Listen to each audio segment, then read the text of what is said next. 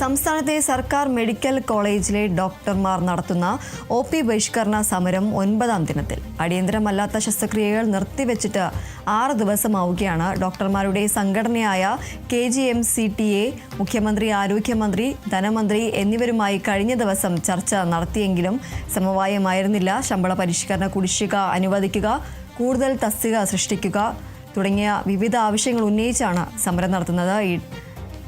സർക്കാർ മെഡിക്കൽ കോളേജിലെ ഡോക്ടർമാർ നടത്തുന്ന OP ബഹിഷ്കരണ സമരമാണ് ഇന്ന് 9ാം ദിവസത്തിലേക്ക് കടക്കുന്നത്. അടിയന്തരമല്ലാത്ത ശസ്ത്രക്രിയകൾ നിർത്തിവെച്ചിട്ട് 6 ദിവസം പിന്നിടുകയാണ്. ഇന്ന് സമരം തുടങ്ങിയിട്ട്, ഈ ഒരു OP ബഹിഷ്കരണ സമരം തുടങ്ങിയിട്ട് 9 ദിവസം പിന്നിടുകയാണ്.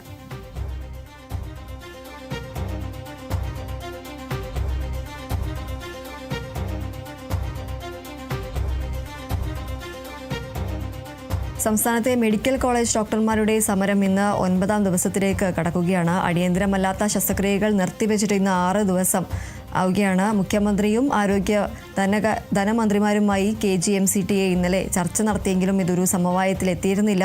ചർച്ചയിൽ വ്യക്തമായി ഉറപ്പ് കിട്ടാത്തതിനാൽ സമരവുമായി മുന്നോട്ട് പോകാനാണ് KGMCTAയുടെ തീരുമാനം. ശമ്പള പരിഷ്കരണ കുടിശ്ശിക അനുവദിക്കുക, ആശുപത്രിയിൽ മതിയായ തസ്തികകൾ സൃഷ്ടിക്കുക തുടങ്ങിയ ആവശ്യങ്ങൾ ഉന്നയിച്ചാണ് ഈ ഒരു സമരം നടത്തുന്നത്. അതുപോലെ തന്നെ തിരുവനന്തപുരത്ത് സർക്കാർ ആശുപത്രികളിൽ ഇന്ന് ചികിത്സ മുടങ്ങാനുള്ള ഒരു സാധ്യതയാണുള്ളത്.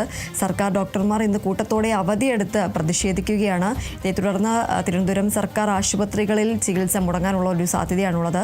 നെടുമങ്ങാട് ജില്ലാ ആശുപത്രിയിൽ നവജാത ശിശു മരിച്ച സംഭവത്തിൽ ഡോക്ടർ ബിന്ദു സുന്ദറിനെ സസ്പെൻഡ് ചെയ്ത നടപടി പിൻവലിക്കണമെന്നതാണ് ഡോക്ടർമാരുടെ ആവശ്യം. പ്രതിഷേധത്തിൽ സൂപ്രണ്ടിനെ മർദ്ദിച്ചവരെ അറസ്റ്റ് ചെയ്യണമെന്നും KGMOയെ ആവശ്യപ്പെട്ടിരുന്നു. അടിയന്തര സേവനങ്ങൾ ഒഴികെയുള്ള എല്ലാ പ്രവർത്തനങ്ങളും ബഹിഷ്കരിച്ച് സമരത്തിന് പങ്കെടുക്കാനാണ് KGMOയുടെ ആഹ്വാനമുള്ളത്. തിരുവനന്തപുരത്ത് സർക്കാർ ആശുപത്രികളിൽ ഇന്ന് ചികിത്സ മുടങ്ങാനുള്ള ഒരു സാധ്യതയാണ് ഉള്ളത്. ഏതായാലും ഡോക്ടർമാരുടെ, സർക്കാർ മെഡിക്കൽ കോളേജിലെ ഡോക്ടർമാർ നടത്തുന്ന OP ബഹിഷ്കരണ സമരം ഇന്ന് 9ാം ദിവസത്തിലേക്ക് കടക്കുകയാണ്. ഈ ഒരു അടിയന്തരമല്ലാത്ത ശസ്ത്രക്രിയകളെല്ലാം നിർത്തിവെച്ചിട്ട് ഇന്ന് 6 ദിവസമാവുകയാണ്.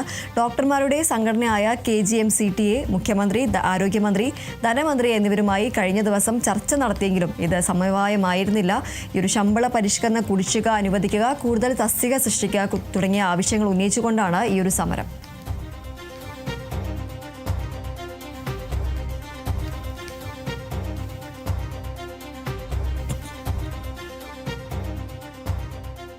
കൊച്ചി വൈറ്റിലയിൽ യുവതിയെ റെയിൽവേ ട്രാക്കിന് സമീപം മരിച്ച നിലയിൽ കണ്ടെത്തി. വൈറ്റില റെയിൽവേ മേൽപ്പാലത്തിന് സമീപത്തായാണ് മൃതദേഹം കണ്ടെത്തിയത്. മറ്റൊരിടത്ത് കൊലപാതകം നടത്തിയതിന് ശേഷം മൃതദേഹം ട്രാക്കിൽ വെച്ചതെന്നാണ് സംശയം. വിനയ രാശിയായിരുന്നു വിവരങ്ങളുമായി. വിനയ, എപ്പോഴാണ് ഈ ഒരു മൃതദേഹം ഈ ഒരു ട്രാക്കിനോട് സമീപം കണ്ടെത്തിയത്? ഇത് കൊലപാതകമാണ് എന്നൊരു സംശയമാണ് പോലീസ് ഉന്നയിക്കുന്നത്. കൂടുതൽ വിവരങ്ങൾ എന്തൊക്കെയാണ്? രാവിലെ 3 മണിയോട് കൂടിയാണ് മൃതദേഹം റെയിൽവേ ട്രാക്കിൽ വെച്ചിരിക്കുന്ന രീതിയിൽ ലോക്കോ പൈലറ്റ് മൃതദേഹം കണ്ടെത്തിയിട്ടുണ്ടായിരുന്നത്. അതിനുശേഷം പോലീസ് സംഘത്തെ വിവരം അറിയിക്കുകയായിരുന്നു. കൊച്ചി വൈറ്റ്ലയിലാണ് യുവതിയെ റെയിൽവേ ട്രാക്കിന് സമീപം മരിച്ച നിലയിൽ കണ്ടെത്തിയിട്ടുണ്ടായിരുന്നത്. വൈറ്റ്ല റെയിൽവേ മേൽപ്പാലത്തിന് സമീപത്തായിട്ടാണ് മൃതദേഹം കണ്ടെത്തിയിട്ടുണ്ടായിരുന്നത്. ആദ്യം ഇതൊരു ആത്മഹത്യാ ശ്രമമെന്നാണ് വിചാരിച്ചതെങ്കിലും പിന്നീടാണ് ഈ അന്വേഷണ സംഘം അടക്കം വ്യക്തമാക്കുന്നത് ഈ പോകുന്ന, അല്ലെങ്കിൽ ഈ മൃതദേഹം വെച്ചിരിക്കുന്ന റെയിൽവേ ട്രാക്കിലൂടെ ട്രെയിൻ പോകുന്ന റെയിൽവേ ട്രാക്ക് അല്ല. അതുകൊണ്ട് തന്നെ ആരെങ്കിലും മർദ്ദിച്ച് കൊലപ്പെടുത്തിയതിനു ശേഷം പിന്നീട് ഈ റെയിൽവേ ട്രാക്കിലേക്ക് കൊണ്ടുവന്ന് വെച്ചതാകാമെന്നാണ് അന്വേഷണ സംഘം വ്യക്തമാക്കുന്ന പ്രധാനപ്പെട്ട കാര്യമെന്ന് പറയുന്നത്. ഏകദേശം 35 വയസ്സ് മുതൽ 50 വയസ്സ് പ്രായം തോന്നിക്കുന്ന ഒരു സ്ത്രീയുടെ മൃതദേഹമാണ് കണ്ടെത്തിയിരിക്കുന്നതെന്നാണ് അന്വേഷണ സംഘം വ്യക്തമാക്കുന്ന പ്രധാനപ്പെട്ട കാര്യമെന്ന് പറയുന്നത്. സംഭവ സ്ഥലത്ത് നിന്നും ഒരു മൊബൈൽ ഫോൺ അടക്കം തന്നെ കണ്ടെത്തിയിട്ടുണ്ട്. ഫിംഗർ പ്രിന്റ് വിദഗ്ധരടക്കം തന്നെ വന്നതിന് ശേഷം പരിശോധിച്ച ശേഷം മാത്രമേ കൂടുതൽ വിവരങ്ങൾ കണ്ടെത്താനാകൂ മനസ്സിലാക്കുന്നത്. ഈ നിലവിൽ ഇൻക്വസ്റ്റ് ക്രമങ്ങളടക്കം തന്നെ നിലവിൽ പൂർത്തിയാക്കിക്കൊണ്ടിരിക്കുകയാണ്. എന്തായാലും സ്ഥലത്ത് പോലീസ് പരിശോധന നടന്നുകൊണ്ടിരിക്കുകയാണ്. പ്രധാനമായും ഇപ്പോൾ പോലീസ് പറയുന്നത് ഒരു കൊലപാതകമാകാം നടന്നതെന്നാണ്.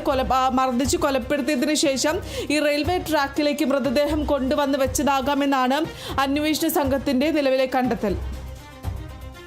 ശരി, എന്തായാലും വൈറ്റിലയിലാണ് യുവതിയെ റെയിൽവേ ട്രാക്കിന് സമീപം മരിച്ച നിലയിൽ കണ്ടെത്തിയിരിക്കുന്നത്. ഒരു 35 വയസ്സ് മുതൽ 50 വയസ്സ് വരെ പ്രായം തോന്നിക്കുന്ന യുവതിയുടെ മൃതദേഹമാണ് ഇത്തരത്തിൽ റെയിൽവേ ട്രാക്കിന് സമീപം മരിച്ച നിലയിൽ കണ്ടെത്തിയിരിക്കുന്നത്. വൈറ്റില റെയിൽവേ മേൽപ്പാലത്തിന് സമീപത്തായാണ് പുലർച്ചെ 3 മണിയോടുകൂടി ഈ ഒരു മൃതദേഹം കണ്ടെത്തിയിരിക്കുന്നത്. മറ്റൊരിടത്ത് കൊലപാതകം നടത്തിയതിനു ശേഷം മൃതദേഹം ട്രാക്കിൽ വെച്ചതാണ് എന്ന സംശയത്തിലാണ് പോലീസ് ഉള്ളത്.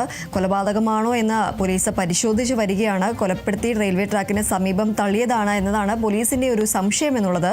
സമീപത്ത് നിന്നും മൊബൈൽ ഫോണും കണ്ടുകിട്ടിയിട്ടുണ്ട്. പോലീസ് എന്തായാലും പരിശോധന തുടരുകയാണ്. ഈ ഒരു സംഭവത്തിൽ വൈറ്റില റെയിൽവേ മേൽപ്പാലത്തിന് സമീപത്തായാണ് ഇത്തരത്തിൽ യുവതിയുടെ മൃതദേഹം കണ്ടെത്തിയിരിക്കുന്നത്. പുലർച്ചെ 3 മണിയോട് കൂടിയാണ് ലോക്കോ പൈലറ്റ് ഇത്തരത്തിൽ മൃതദേഹം കണ്ടെത്തിയിരിക്കുന്നത്. മറ്റൊരിടത്ത് കൊലപാതകം നടത്തിയതിനു ശേഷം ഇത്തരത്തിൽ മൃതദേഹം ട്രാക്കിൽ കൊണ്ടുവച്ചതാണോ എന്ന സംശയത്തിലാണ് പോലീസ് ഉള്ളത്. ഏതായാലും ഈ ഒരു സംഭവത്തിൽ പോലീസ് എന്തായാലും പരിശോധന തുടരുകയാണ്. വിനയ രാജാണ് വിവരങ്ങൾ നൽകിയത്.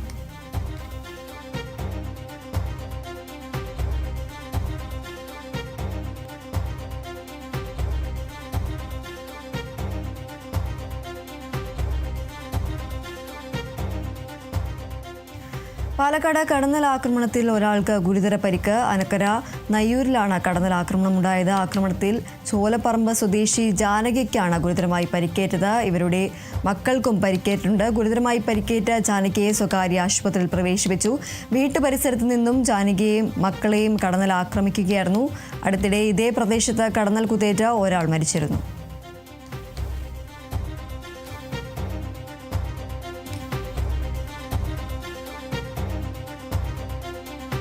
പാലക്കാടാണ് കടന്നലാക്രമണത്തിൽ ഒരാൾക്ക് ഗുരുതരമായി പരിക്കേറ്റത്. അനക്കര നയ്യൂരിലാണ് കടന്നലാക്രമണം ഉണ്ടായത്. ആക്രമണത്തിൽ ചോലപ്പറമ്പ് സ്വദേശി ജാനകിക്കാണ് ഗുരുതരമായി പരിക്കേറ്റത്. ഇവരുടെ മക്കൾക്കും പരിക്കേറ്റിട്ടുണ്ട്. ഗുരുതരമായി പരിക്കേറ്റ ജാനകിയെ സ്വകാര്യ ആശുപത്രിയിൽ പ്രവേശിപ്പിച്ചു.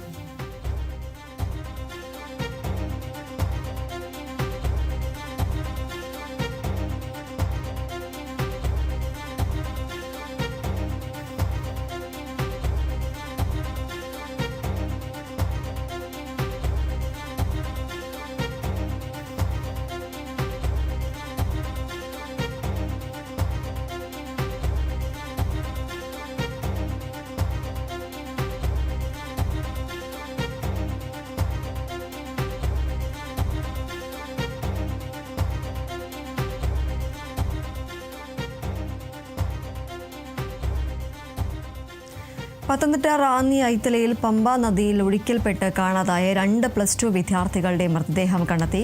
കോന്നി സ്വദേശി ജോഷിൻ ബിനു, മലപ്പുറം സ്വദേശി ക്രിസ് സാം ബിജു എന്നിവരാണ് മരിച്ചത്. അഗ്നിരക്ഷാസേനയുടെ സ്കൂബ സംഘം നടത്തിയ തെരച്ചിലിലാണ് മൃതദേഹം കണ്ടെത്തിയത്. ഇന്നലെ വൈകിട്ട് 5:30 ഐത്തലയിൽ പമ്പ നദിയിലെ കളരിക്കൽ കടവിൽ കുളിക്കാനിറങ്ങിയ ഇരുവരെയും ഒഴുക്കിൽപ്പെട്ട് കാണാതായത്. 10 അംഗ സംഘമാണ് പുഴയിൽ കുളിക്കാനിറങ്ങിയത്.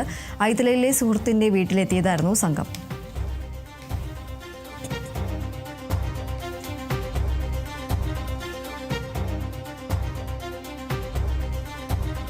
റാന്നി ഐത്തലയിൽ പമ്പ നദിയിൽ ഒഴുക്കിൽപ്പെട്ട് കാണാതായ 2 +2 വിദ്യാർത്ഥികളുടെ മൃതദേഹം കണ്ടെത്തിയിരിക്കുകയാണ്. കോന്നി സ്വദേശിയായ ജോഷിൻ ബിനു, മലപ്പുറം സ്വദേശി ക്രിസ് സാം ബിജു എന്നിവരാണ് മരിച്ചത്. അഗ്നിരക്ഷാസേനയുടെ സ്കൂബ സംഘം നടത്തിയ തെരച്ചിലാണ് മൃതദേഹം കണ്ടെത്തിയത്. ഇന്നലെ വൈകിട്ട് 5:30 ഐത്തലയിലെ പമ്പ നദിയിലെ കളരിക്കൽ കടവിൽ കുളിക്കാനിറങ്ങിയ ഇരുവരെയും ഒഴുക്കിൽപ്പെട്ട് കാണാതായത്. സുഹൃത്തിൻ്റെ വീട്ടിലെത്തിയതായിരുന്നു ഈ ഒരു സംഘം. 10 അംഗ സംഘമാണ് പുഴയിൽ കുളിക്കാനിറങ്ങിയത്. ഇതിൽ 2 പേരെയാണ് ഒഴുക്കിൽപ്പെട്ട് കാണാതായത്. ഇവരുടെ മൃതദേഹമാണ് ഇപ്പോൾ കണ്ടെത്തിയിരിക്കുന്നത്.